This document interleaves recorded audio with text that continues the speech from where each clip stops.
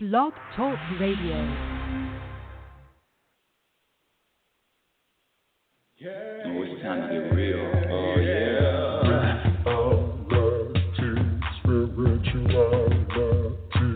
It's a new experience. Reality, spirituality. Yeah, keep your ears open for this one. Reality, spirituality. You got a question for RLN? Reality, spirituality. Yeah, it's time to get some answers, baby. Reality, spirituality. Oh, now we get real. Reality, spirituality. Yeah, it's time to get down. Reality, spirituality. Yeah, you gonna feel good now. Real good.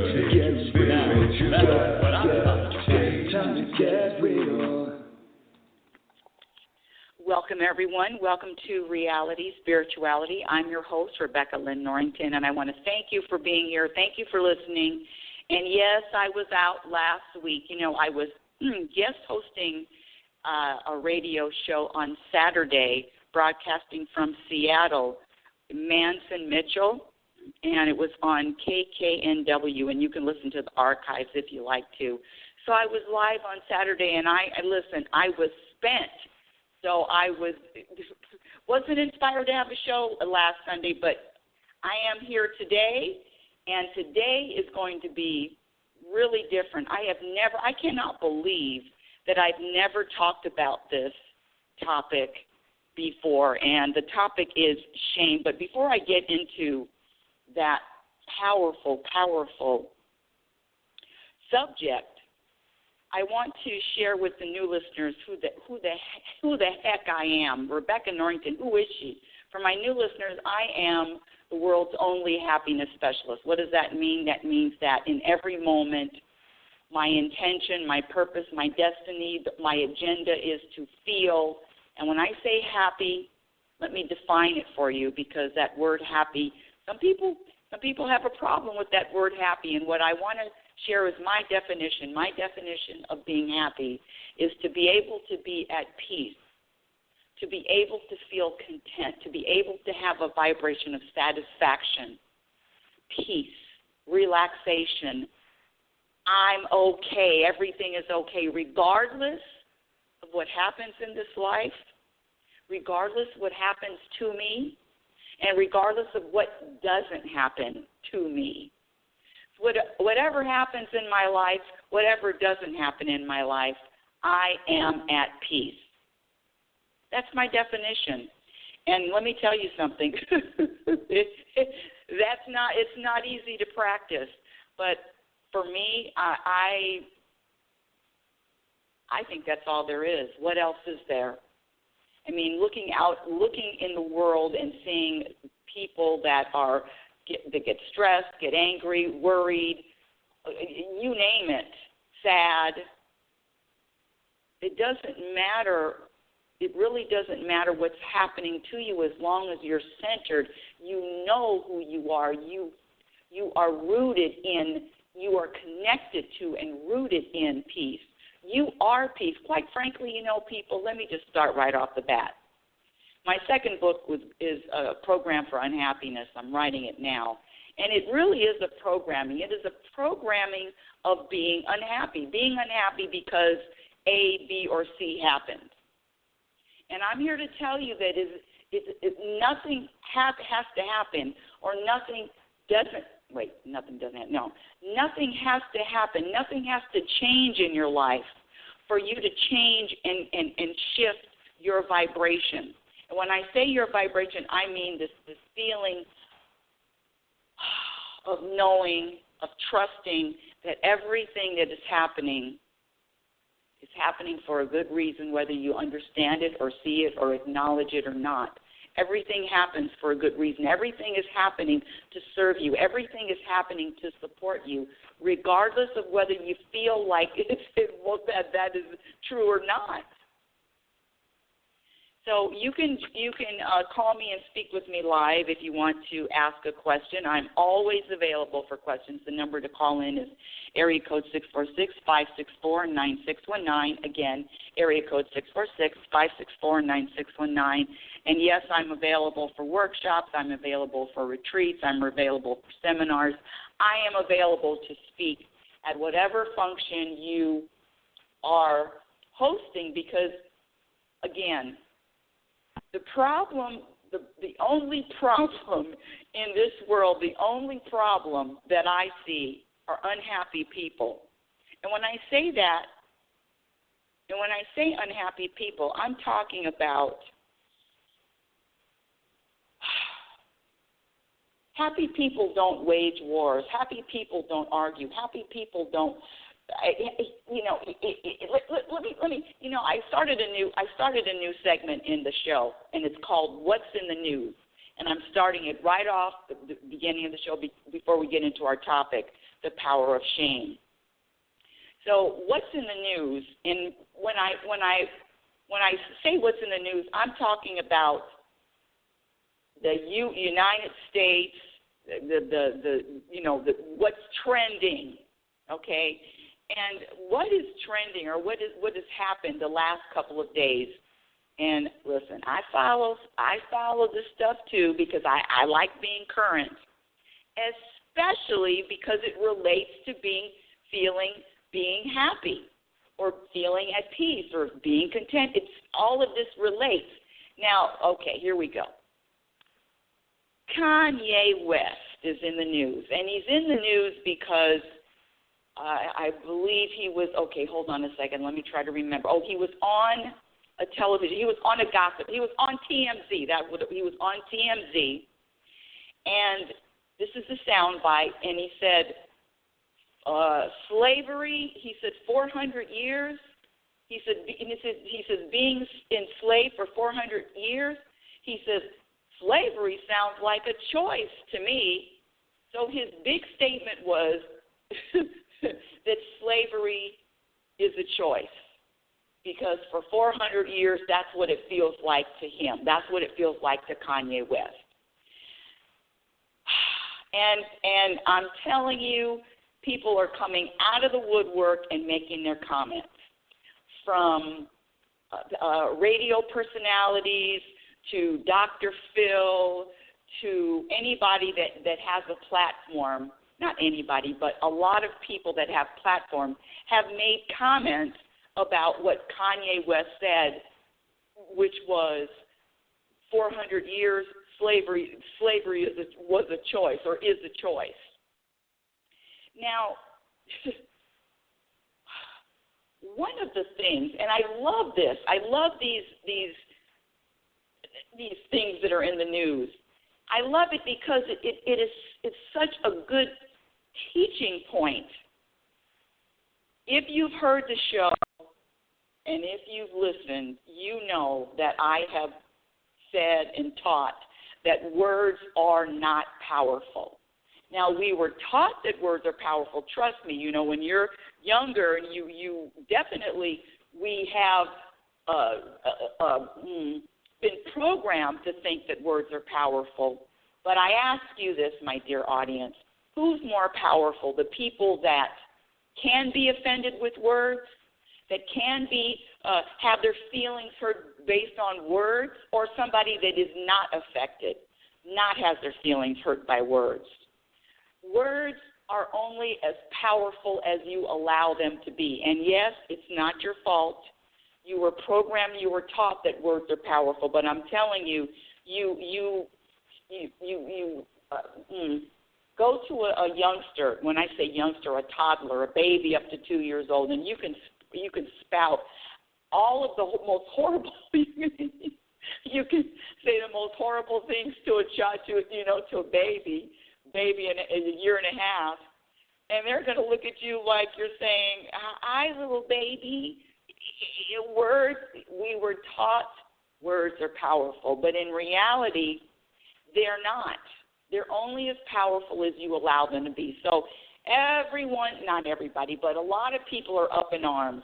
And a lot of people are saying that what Kanye West said was, I think Dr. Phil said something about it is going to cause hate, cause division, cause a problem. You know what? It's only causing problems because people, number one, I don't care what anybody says. Everybody can have their own opinion, and everybody is coming from a different perspective, and everybody is coming from their own personal perspective. Now, I know that sounds, oh gosh, slavery is a choice, but let me tell you something. When you are open to different perspectives, and when you allow people and accept people to come up with what they feel. I mean, this guy, what he said, he believes it, just like the beliefs that you have.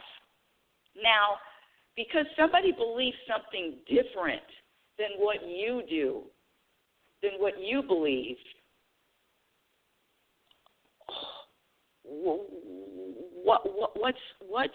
what's the problem? What's the harm? What's the crime? There is a sensitivity out there to hurt feelings and people being bothered by what somebody else says. I'm talking about just words right now, what somebody says. And I have to look at you, each one of you. You are responsible. It's time for people to take responsibility for how they're feeling and let these people go and let their beliefs go. It doesn't matter what Kanye West believes. Who cares? Now, the people that care and the people that speak out and talk, then say that they don't agree or you know, they really talk bad about Kanye West, just because he doesn't believe what you believe. You see, the point is this. When you make a commitment to uplift, inspire, motivate, leave this world a better place than where you came, when you made that commitment, if you've made that commitment, you've got to let these people go and let these people say and express themselves any way they want. Now, I'm sure I'm going to get some letters or some emails about, well, what about people that talk about killing other people? Listen, let's start with small steps, because I have an answer to that too. But let's start with baby steps, and let's start by practicing and knowing that words are only as powerful as you allow them to be. That's number one. So, listen, Kanye. This is what I was going to say. There was a movie, it was called Life is Beautiful, and about a father who was in a concentration camp with his son. And I remember that for the whole movie, the father, he taught his son that life is beautiful wherever. It doesn't matter where you are, whether you are in a concentration camp or in a jail cell. It doesn't matter where you are. It is a state of mind. Peace, happiness, being content, feeling satisfied is a state of mind. It does not have to do with any external circumstances. I know we were taught that because I'm sitting in jail that I'm going to be miserable, or I'm in a prison I'm going to be miserable. But I'm here to tell you that it doesn't have to be that way. Meaning that there are people in this world that are born or lost their limbs or have big challenges, physical challenges. And you can find some people that have had these physical challenges, and they are happy. And they are grateful, and they look at life differently than all I'm saying is, people, it's a choice. You can choose to feel any way you want in any moment. You don't have to feel bad. You know what? I'm going off in a tangent, and I know I do that. I know I do that from time to time. But anyway, if you're still listening, the topic today is, geez Louise, the topic is shame. And I've never, ever talked about shame. You know, if you listen to the show, I've shared with you there's tons of things that subtract from happiness. And some of those things are, you know, having expectations, judgments, labeling things, living in the past, living in the future, complaining, taking anything seriously, thinking anything is important. All of these things subtract from happiness. But one of the things that and also being in somebody else's business, focusing on someone else, because I'm telling you, these people that are concentrating on what Kanye West is saying, you can't concentrate on what somebody else is saying and not agree with it and put a judgment on it and be happy at the same time. I mean, so you're making a choice. You're making a choice to be concerned or focused on what someone else's opinion, someone else's beliefs. Anyway, this thing, shame, is this feeling, this energy, this vibration of shame.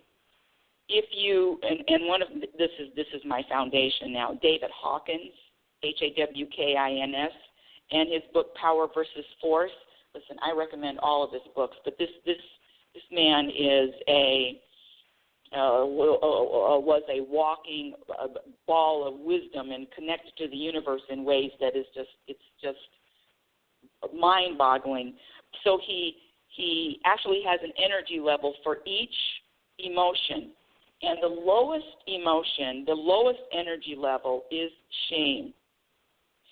And he says that, and I can't even believe that I've never talked about it in regards with regards to being happy or to, you know, feeling this internal peace, this internal contentment. I've never talked about shame, but it is something that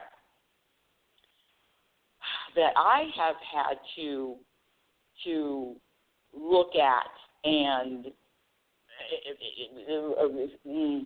expose. And one of the things I want to say is whenever this I like to say the things that are in the corner, you know, all the cobwebs in the corner, the dark stuff, the things that I wouldn't want to share with anybody, the things that I am, quote, unquote, ashamed of, those kind of things are that shame, the only way out of shame is to put light on it, is to put light on the shame. And I'm just going to read just a couple of things that David Hawkins wrote in his book, Power versus Force.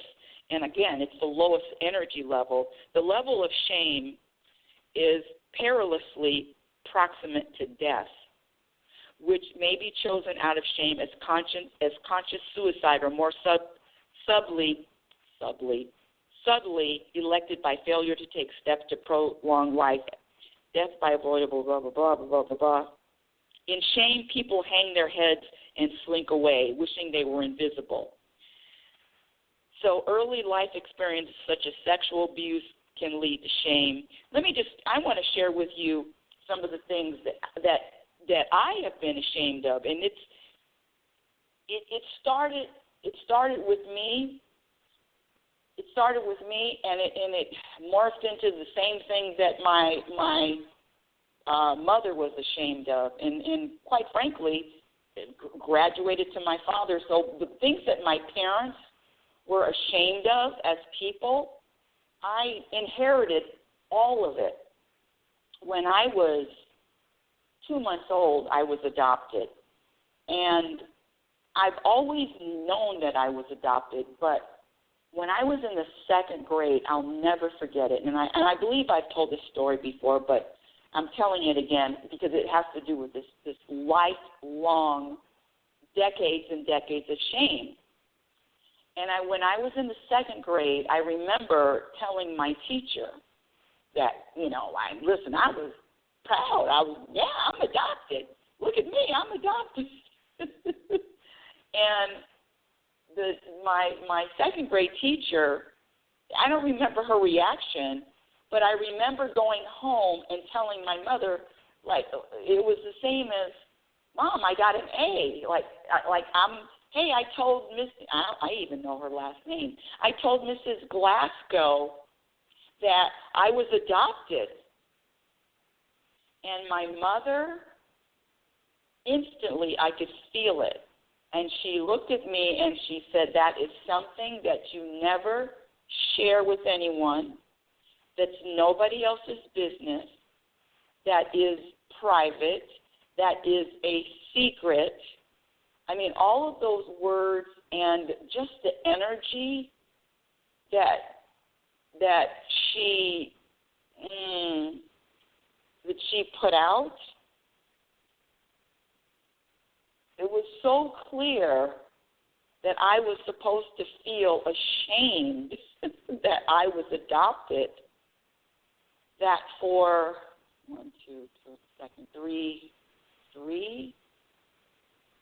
3 decades, because I think I was in my 30s.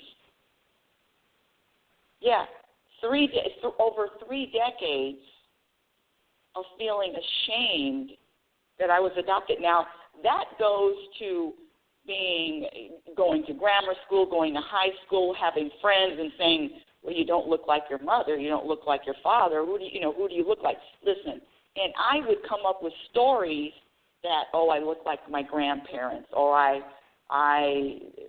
did. I used to say I look like my grandparents. And, of course, they never met my grandparents because my grandparents lived in Chicago and I was in California.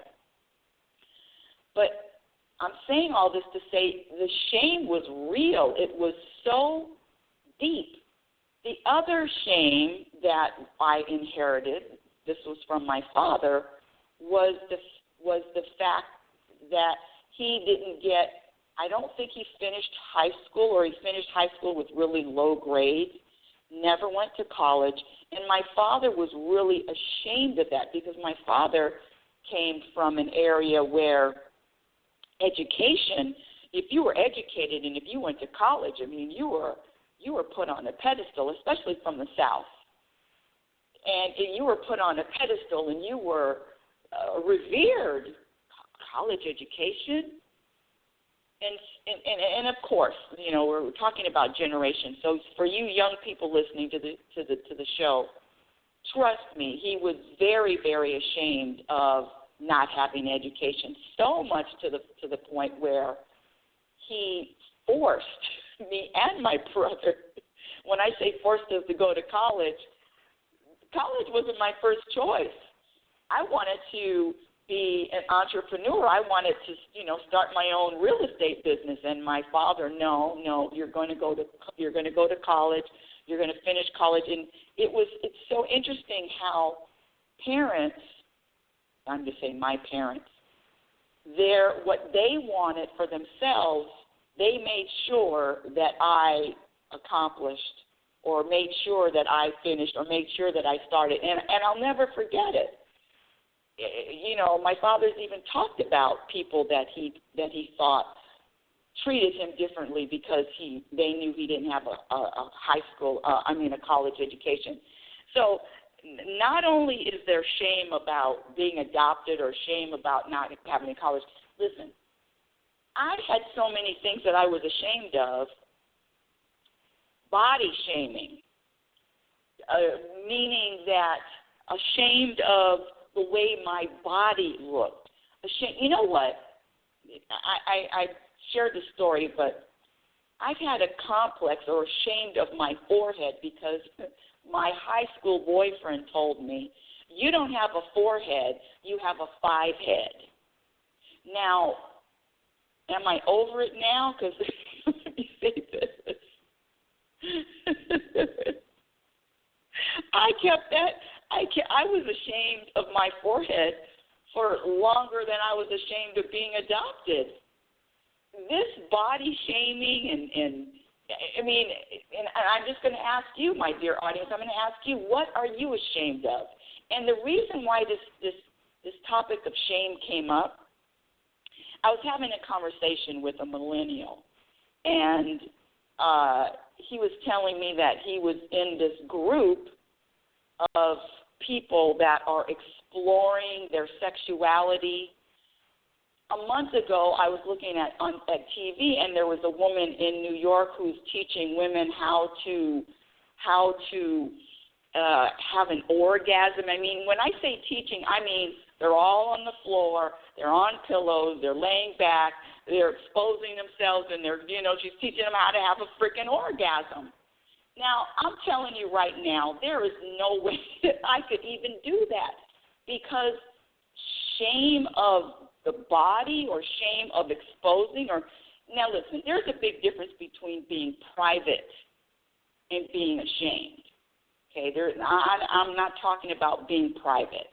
I'm talking about being ashamed of how I look, how my body looks. And all of that stuff comes from upbringing. It all comes from what I was exposed to. I mean, I couldn't go out of my room without, put something on, right? That's all. Put something on, put a robe, cover up, put something on. I mean, I'm talking about shame just to open up the conversation. If there is anything that holds someone back from finding peace, that shame has a big part. Shame plays a big part in that. So I want to ask each one of you that whatever you are ashamed of, know that is something that, number one, that you learned. And number two, know that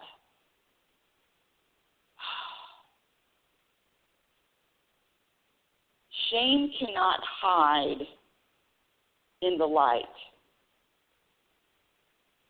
Shame can only grow and be more powerful in the dark. And that's why so many women, the women coming forward with, this whole Bill Cosby thing and women coming forward, and there was decades and years of people that didn't come forward. I mean, for any women that are out there with been raped or, there's a big shame factor. And so it's understandable, but I'm here to tell you that the only way that I got over being ashamed of being adopted is to express it. I'm just speaking of myself. And I'll never forget, I was married at the time. I even told my husband at the time, I said, I have something to tell you. And I was so anxious and so stressed and so ashamed of telling this person that I married that I was adopted. And I remember when I told him, and he looked at me like, what? That's it? That's the big, you need to talk to me, and you need to talk to me now, and it's big. I mean, it was that much shame. Not only did I have to tell him, then I had to tell his family, and then I had to tell my own son. And listen, I had to be my son. My son was 8 or 9 when I told him. I'm just telling you that this, if you are living with any kind of shame, and you know what? Listen, you can contact me. You can contact me at info@RebeccaNorrington.com if you want to express it to somebody, to someone who will listen without any judgment of anything. But I just want to share that putting light on anything, putting a spotlight on anything that you are ashamed of. And you don't need to, get on the mountaintop and share it if that's not how you're feeling comfortable. But I'm telling you that living with shame is like living in bondage. And there is no freedom when you are ashamed of something. And I'm here to tell you, whatever it is,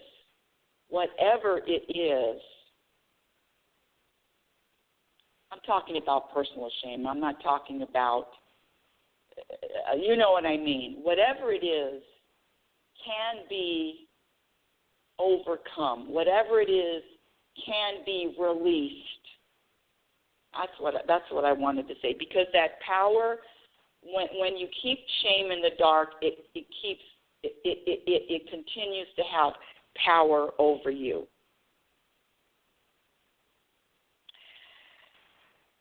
Oh, let's see. Blah, blah, blah, blah, blah, blah, blah. I think, so apartment. You know what else I was ashamed of? It's so funny. Not owning a home, living in an apartment, not owning property. There's just so many things.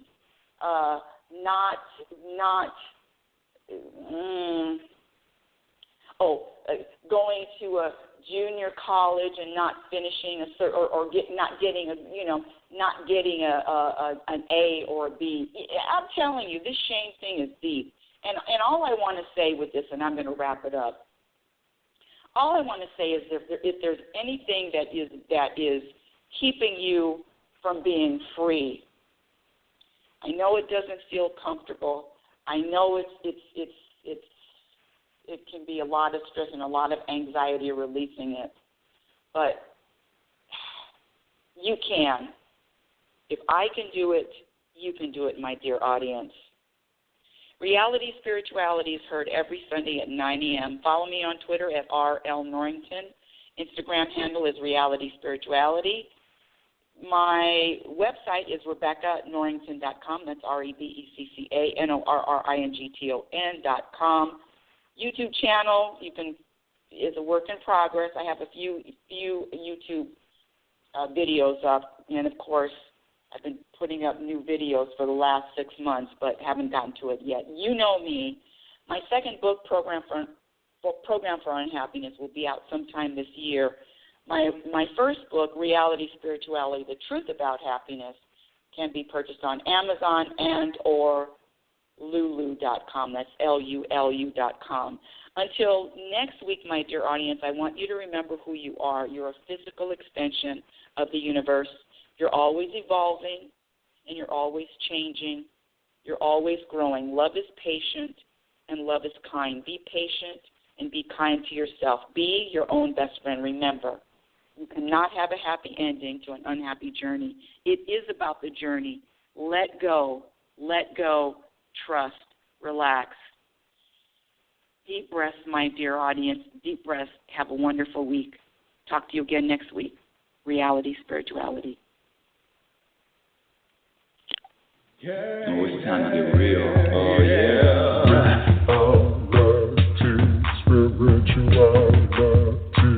It's a new experience.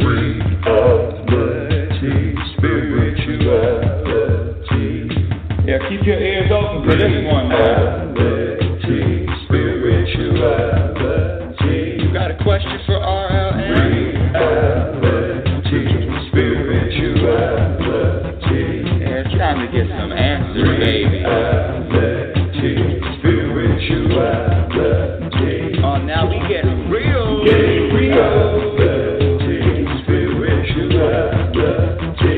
it's time to get down.